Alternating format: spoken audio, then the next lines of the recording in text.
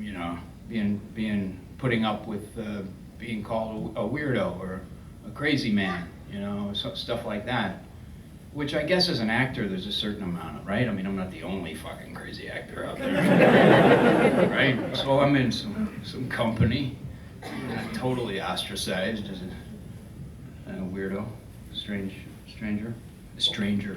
What movie did you have the most fun? By being the stranger person, you actually managed to hold true to yourself and protect it from going.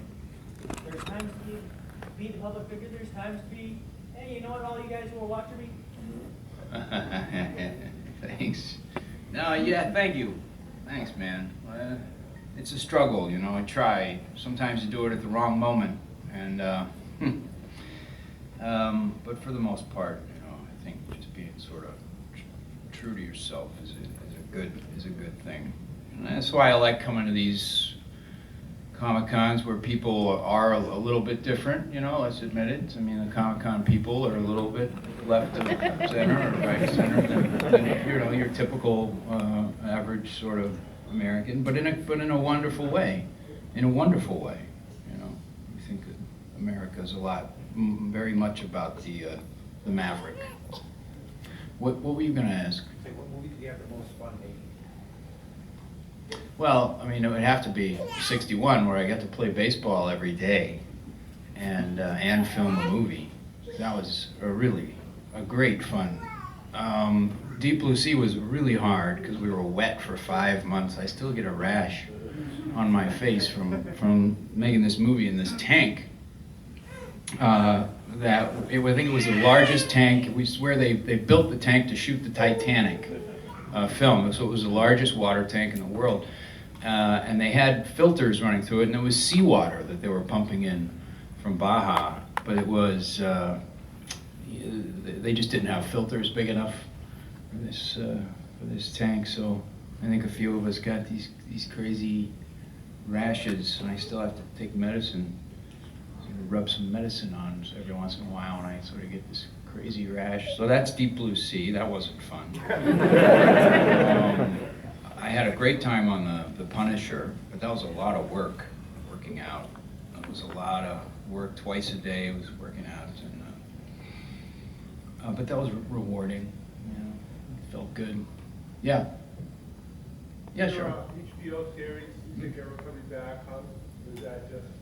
Well, no, I don't think that'll ever come back. But we had a blast, you know, doing it.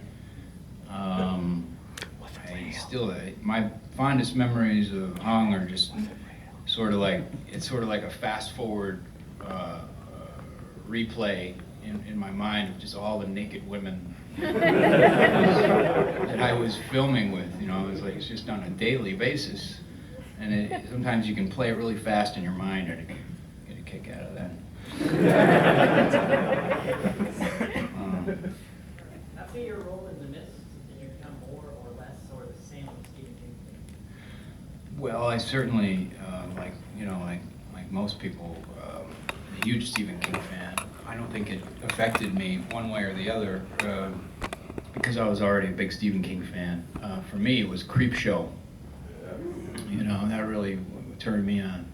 Creepshow and the comic book, you know, and then Bernie Wrightson who did the book, and that was just like the perfect combination for me, and that's what really kicked off my fascination with Steve King. And man, you know, I guess are there any authors, you know, in sort of like, you know, in the 2000s that sort of write with that same? You guys know of any? Jim Butcher's pretty good. Who? Jim Butcher, Harry Bradley. Okay, Butcher. Tom Jarvis. Tom Jarvis.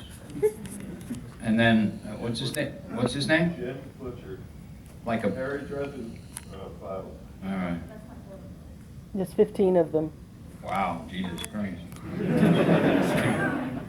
Just looking for great writers, you know, stuff that would make a good movie.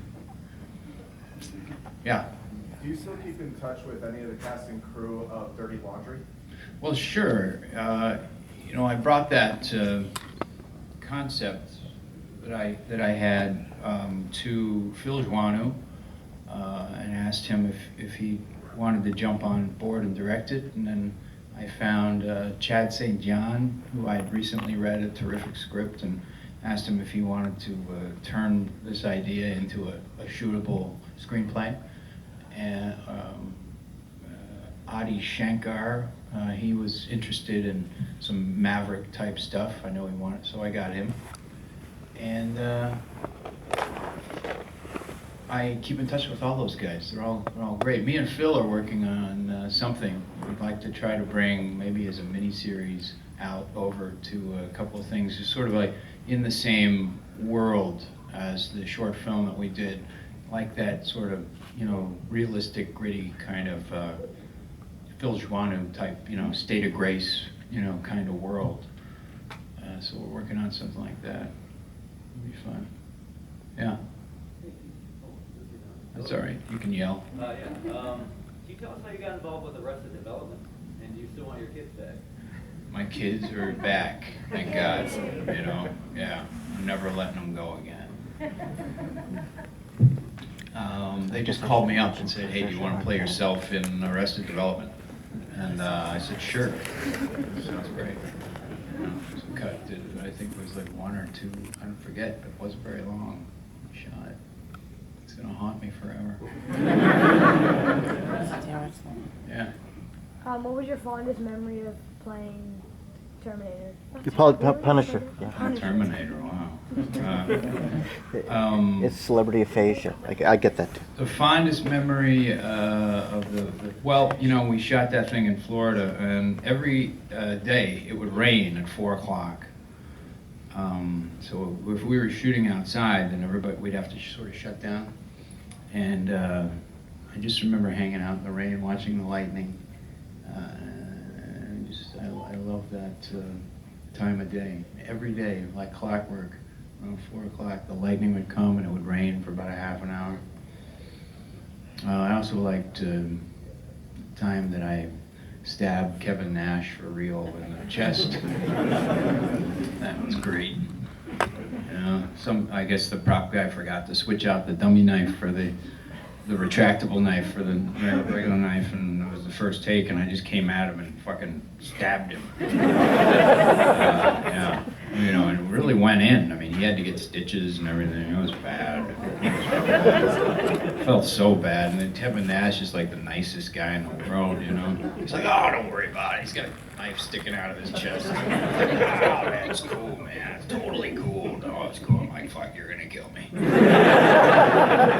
About 6 o'clock tonight, I'm gonna die. Totally cool, bro. Don't worry about it. Fucking knife sticking out of his chest. That was rough. All right, thank you for those memories. Yeah. I see you sitting there with a fedora. Is there any possibility of Thomas Jane as Indiana Jones? Wow. How great would that be? Shit. Spielberg has yet to come.